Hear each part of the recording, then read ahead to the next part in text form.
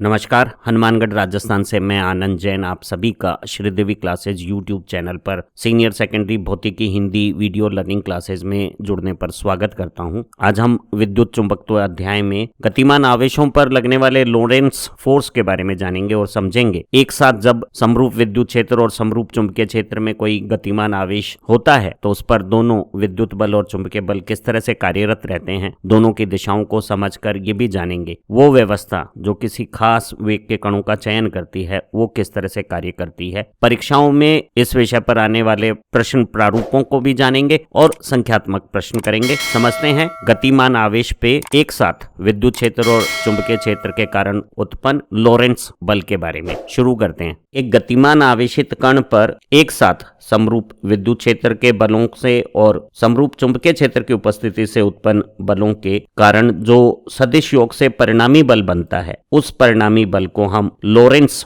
बल कहते हैं, जो यहाँ पीली हाईलाइट में दिखाया हुआ है। एक धन आवेश चाहे वो स्थिर हो या गतिमान हो, अगर वो समरूप विद्युत क्षेत्र में रखा जाता है तो विद्युत क्षेत्र की तीव्रता के कारण धनावेश पे विद्युत क्षेत्र की दिशा में एक बल आरोपित होता है और इस बल का मान आवेश के मान और विद्युत क्षेत्र की तीव्रता के मान के गुणनफल के बराबर है। धनावेश पे लगने वाला बल विद्युत क्षेत्र की दिशा में होगा और ऋणावेश पे बल विद्युत क्षेत्र की तीव्रता से विपरीत दिशा में लगेगा और मान दोनों ही स्थितियों में आवेश और क्षेत्र तीव्रता के गुणनफल के बराबर होगा। वहीं एक गतिमान आवेश अगर v वेग से किसी समरूप चुंबकीय क्षेत्र में गतिमान है तो उस पर लगने वाला चुंबकीय बल वेग सदिश और चुंबकीय प्रेरण सदिश के सदिश गुणनफल को आवेश के मान से गुणा करने पर प्राप्त होगा और दो सदिशों के सदिश गुणनफल से प्राप्त ये परिणामी चुंबकीय बल उस तल जिसपे कण का वेग और चुंबकीय प्रेरण दोनों उपस्थित है, यहाँ पीली हाईलाइट में दिखाया गया हथेली का तल, उस तल के अभिलंब होगा। समरूप चुंबकीय क्षेत्र में गतिमान धन आवेश पर बल की दिशा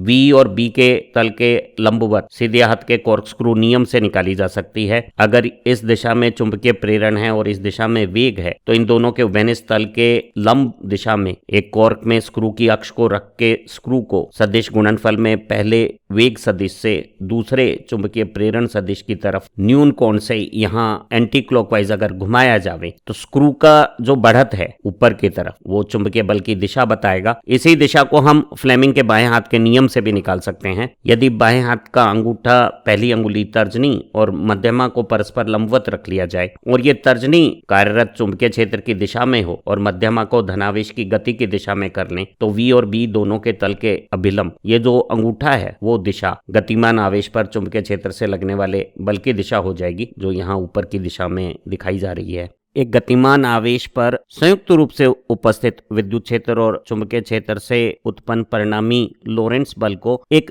विशेष परिस्थिति में अध्ययन करना रुचिकर रहेगा और इस स्थिति में कण के चारों तरफ कार्यरत समरूप चुंबकीय क्षेत्र और कण के वेग से जो उभयनिष्ठ तल बनता है, वेग और चुंबकीय प्रेरण का तल, उस तल के लंबवत दिशा में विद्युत क्षेत्र कार्यरत है और ऐसी स्थिति में धन आवेश पे विद्युत क्षेत्र के कारण उत्पन्न विद्युत बल विद्युत क्षेत्र तीव्रता की दिशा में वीबी तल के लंबवत होगा और कॉर्कस्क्रू रूल या फ्लेमिंग के बाएं हाथ के नियम के अनुसार चुंबकीय प्रेरण में गतिमान कण पर चुंबकीय बल वीबी तल के लंबवत होगा और वो चुंबकीय प्रेरण और वेग सदिश की परस्पर विन्यास के आधार पे इस तल के लंबवत ऊपर की दिशा में भी हो सकता है। अगर ये भूरे रंग की स्थिति में चुंबकीय प्रेरण हो और हम सीधे हाथ से कॉर्क में स्क्रू को v से b घुमाएंगे, ऊपर की तरफ जाना चुंबकीय प्रेरण से उत्पन्न बल को विद्युत बल की दिशा में बता रहा है। और अगर ये लाल रेखा के अनुदेश चुंबकीय प्रेरण हो, भूरी रेखा के अनुदेश वेग हो और हम स्क्रू को वेग से चुंबकीय प्रेरण की दिशा में घुमाएं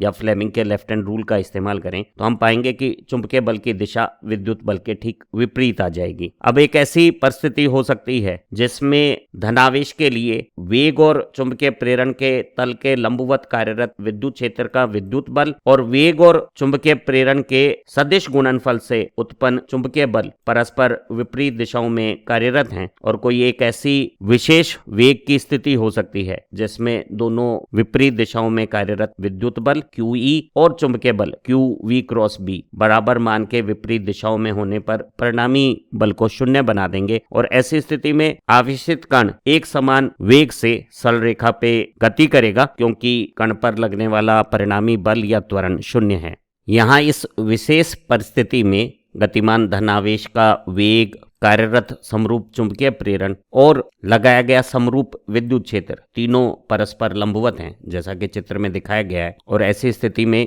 धनावेश पे विद्युत क्षेत्र तीव्रता का बल विद्युत क्षेत्र तीव्रता की दिशा में VB तल के अभिलंब ऊपर की तरफ है और V से B की तरफ सीधे हाथ से कॉर्क में स्क्रू को घुमाने पे स्क्रू जब नीचे की तरफ जा रहा है तो चुंबकीय बल की दिशा VB प्लेन से नीचे की तरफ है। हम इसकी जांच फ्लेमिंग के बाएं हाथ के नियम से भी कर सकते हैं। और जब कण पे वेग और चुंबकीय प्रेरण के कारण लगने वाला चुंबकीय बल आवेश में वेग सदिश और चुंबकीय प्रेरण सदिश के सदिश गुणनफल से जो राशि बनी है उस चुंबकीय बल का मान तो विद्युत बल के बराबर है और दोनों की दिशाएं विपरीत है, तो यहाँ ये ऋण चिन्ह दोनों विद्युत बल और चुंबकीय बल के बराबर मान और विपरीत दिशाओं को इंगित कर रहा है। और क्योंकि दोनों बल आवेश पे एक समान निर्भरता रखते हैं, अर्थात अगर हम आवेश को दुगना कर देंगे तो विद्युत बल भी दोगुना हो जाएगा और चुंबकीय बल भी दोगुना हो जाएगा और दोनों की समानता एक बार फिर बनी रहेगी। और अगर हम आवेश की ध्रुवता बदल देते हैं, इसे धनावेश की बजाय ऋणावेश कर देते हैं, तो हम पाएंगे कि दोनों विद्युत बल विद्युत क्षेत्र तीव्रता से विपरीत और चुंबकीय बल पहले की दिशा से विपरीत एक बार फिर एक दूसरे के विपरीत होंगे और बराबर मान की स्थितियों पे शुद्ध बल शून्य होने पे कण की गति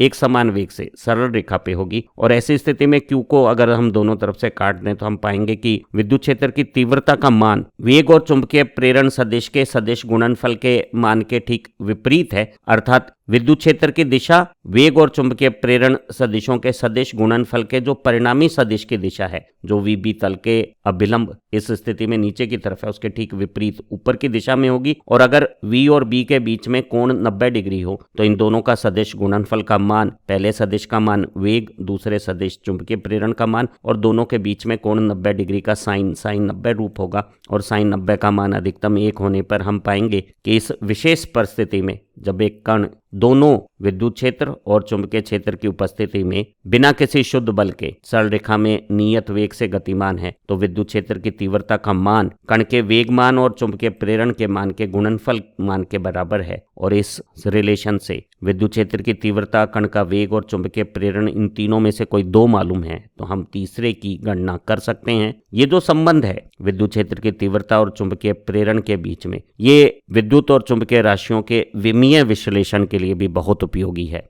एक गतिमान आवेश पे परस्पर लंबवत विद्युत और चुंबकीय क्षेत्रों के कारण जो विशेष लोरेंट्ज बल की स्थिति बनती है जिसमें गतिमान कण पे शुद्ध बल शून्य हो जाता है, उसका उपयोग वेग चयनकारी व्यवस्था में किया जा सकता है। वेग चयनकारी व्यवस्था इस तरह की संयोजन है जिसमें एक समरूप विद्युत क्षेत्र और समरूप चुंबकीय क्षेत्र परस्पर लंबवत कार्यरत हैं और उनके मानों का ऐसा संयोजन है कि एक विशेष वेग के कण अगर इन दोनों से अभिलंब प्रवेश करते हैं तो इन कणों को दूसरे वेग के कणों से अलग चयन किया जा सकता है क्योंकि इनकी गति शुद्ध बल शून्य होने के कारण एक समान वेग के साथ सरल रेखा पे रहती है। एक वेग चयनकारी व्यवस्था में दो समांतर चालक प्लेटों पर धन और ऋण आवेश उत्पन्न करके एक समरूप विद्युत क्षेत्र की रचना की जाती है और किसी विशेष कुंडलित संरचना से विद्युत क्षेत्र तीव्रता की दिशा के अभिलंब दिशा में, यहाँ इस पीली हाईलाइट के अभिलंब हमारी तरफ डॉट से प्रदर्शित समरूप चुंबकीय क्षेत्र बनाया जाता है। और इस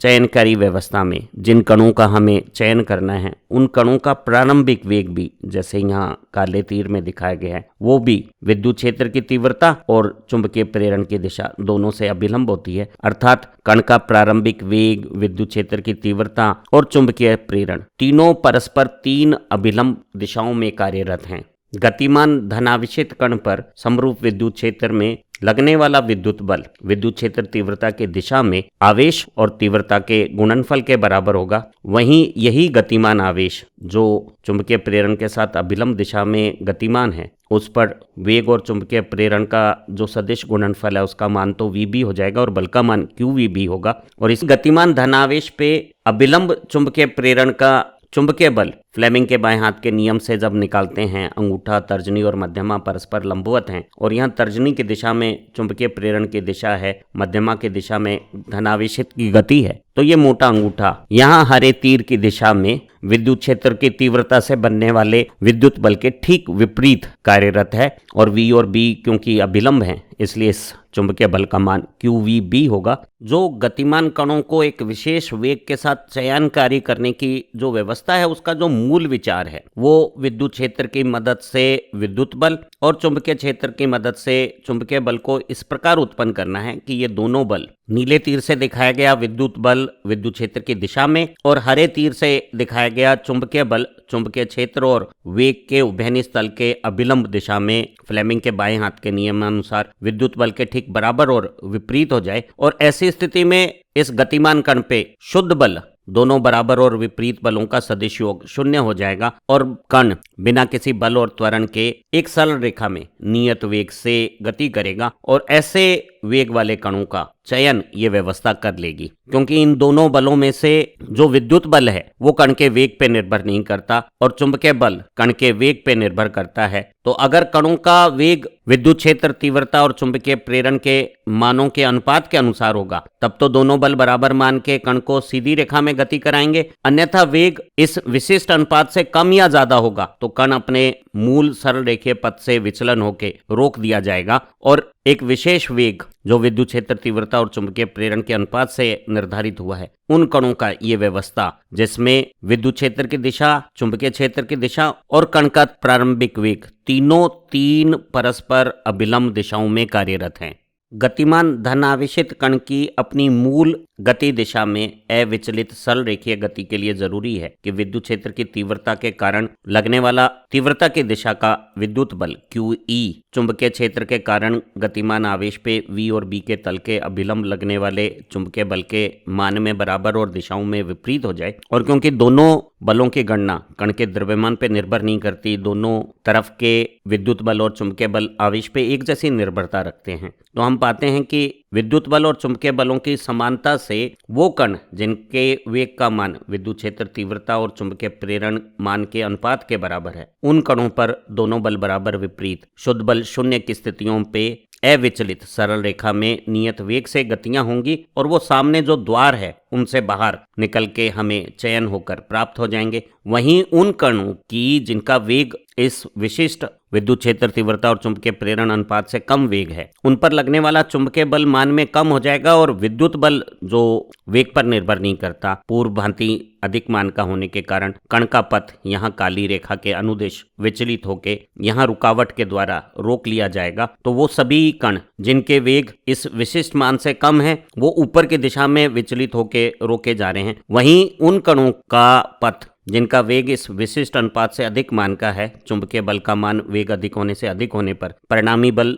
नीचे की तरफ होने पर उनका पथ यहाँ हरे वक्र के अनुसार मुड़ जाएगा और एक बार फिर वो रोक लिए जाएंगे। तो वो सभी कण जिनके वेग विद्युत क्षेत्र तीव्रता और चुंबकीय प्रेरण अनुपात के बराबर हैं, वो तो अविचलित सीधी रेखा में गमन करते हुए खुले द्वार से निकल के चयनित हो रहे हैं और इन सीधे जाने वाले कणों से धीमे गति वाले कण ऊपर की तरफ और ज्यादा गति वाले कण नीचे की तरफ विचलित होके रोके जा रहे हैं। यहाँ ये समझना लाजमी रहेगा कि ये जो वेग चयनकारी व्यवस्था है, जिसमें प्रारंभिक वेग, विद्युत क्षेत्र की तीव्रता और चुंबकीय प्रेरण तीनों 3 परस्पर लंबवत दिशाओं में है, उस प्रणाली की कार्य व्यवस्था कणों के द्रव्यमान पे निर्भर नहीं करती, क्योंकि दोनों बल विद्युत बल और चुंबकीय बल कण के द्रव्यमान पे निर्भर नहीं करते और आवेश पे भी इनकी निर्भरता एक समान होने के कारण वेग चयन करने का जो हमारा मान है वो केवल विद्युत क्षेत्र तीव्रता और चुंबकीय प्रेरण के मान पे निर्भर करेगा, वो कण के आवेश पे निर्भर नहीं करेगा। तो सभी कण चाहे उनके कोई भी द्रव्यमान या आवेश मान क्यों ना हो, वो जो एक विशेष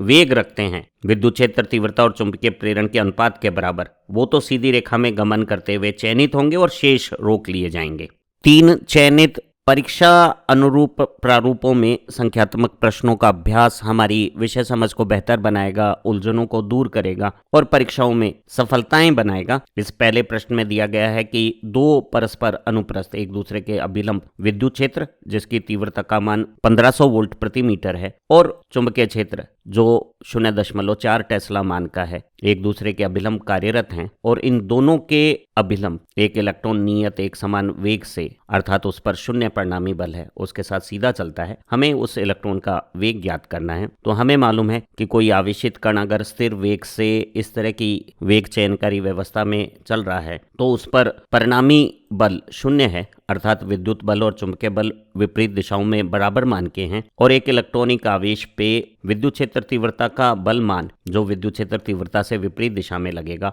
वो आवेश और क्षेत्र तीव्रता के गुणनफल के बराबर है, और परस्पर लंबवत वेग और चुंबकीय प्रेरण के साथ वेग और चुंबकीय प्रेरण का सदिश गुणनफल तो VB हो जाएगा, थीटा 90 पे साइन थीटा 1 है, और बल का मान EVB प्राप्त हो गया। और विशेष दिशाओं के संयोजन से दोनों बलों को विपरीत रखा जा सकता है, और इस बराबर के विद्युत बल और चुंबकीय बल के समीकरण से आवेश जब कट जाएगा तो कण के वेग का मान विद्युत क्षेत्र तीव्रता और चुंबकीय प्रेरण के अनुपात के रूप में हमें प्राप्त हो जाएगा। विद्युत क्षेत्र की तीव्रता 1500 वोल्ट प्रति मीटर और चुंबकीय प्रेरण 0.4 टेस्ला दिया हुआ है, और इनका अनुपात सीधे नियत वेग से गति करने वाले कण का वेग 3750 मीटर पर सेकंड हमें प्राप्त हो जाएगा। ये उदाहरण दो सदिशों के सदिश गुणनफल में एकांक सदिश की अवधारणा को समझाने में भी हमारी मदद करेगा। दिया हुआ है कि एक प्रोटॉन जिस पे एक इलेक्ट्रॉन के बराबर धन आवेश है वो +x दिशा में कार्यरत E तीव्रता के समरूप विद्युत क्षेत्र में V वेग के साथ विद्युत क्षेत्र से अभिलंब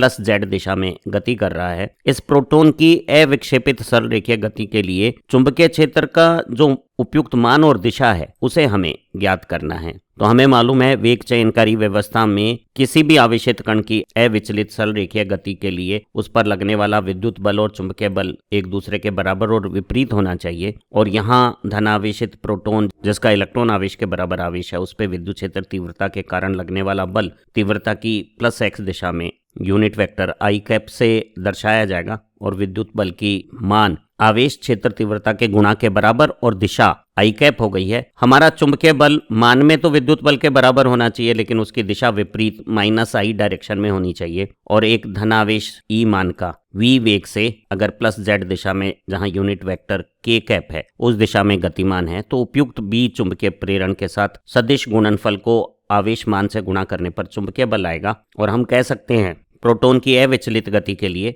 दोनों बल मान में बराबर और दिशाओं में परस्पर विपरीत होंगे। एक वेग चयनकारी व्यवस्था में विद्युत क्षेत्र तीव्रता, कण का वेग और चुंबकीय प्रेरण तीनों परस्पर लंबवत दिशा में होने चाहिए। तो हमारे चुंबकीय क्षेत्र की दिशा I कैप और K कैप से अभिलंब या तो +j कैप डायरेक्शन में होगी या y अक्ष की ऋणात्मक दिशा -j दिशा में होगी, और इसे जांचने के लिए हम समझ सकते हैं कि वेग और चुंबकीय प्रेरण का सदिश गुणनफल की दिशा विद्युत क्षेत्र तीव्रता की दिशा I कैप से विपरीत होनी चाहिए, और अगर ये K कैप के साथ J कैप का हम सदिश गुणनफल करते हैं तो ये घड़ी की विपरीत दिशाओं में IJ के विन्यास होने के कारण दो सदिशों का सदिश गुणनफल तीसरा अभिलंब सदिश I ऋणात्मक चिन्ह के साथ होगा। तो हमारे चुंबकीय बल की दिशा इच्छित -I कैप डायरेक्शन में आ गई है, तो हमारा चुंबकीय क्षेत्र की दिशा +j कैप डायरेक्शन या +y डायरेक्शन में होनी चाहिए, और दोनों बलों के मान बराबर होने पर विद्युत बल आवेश और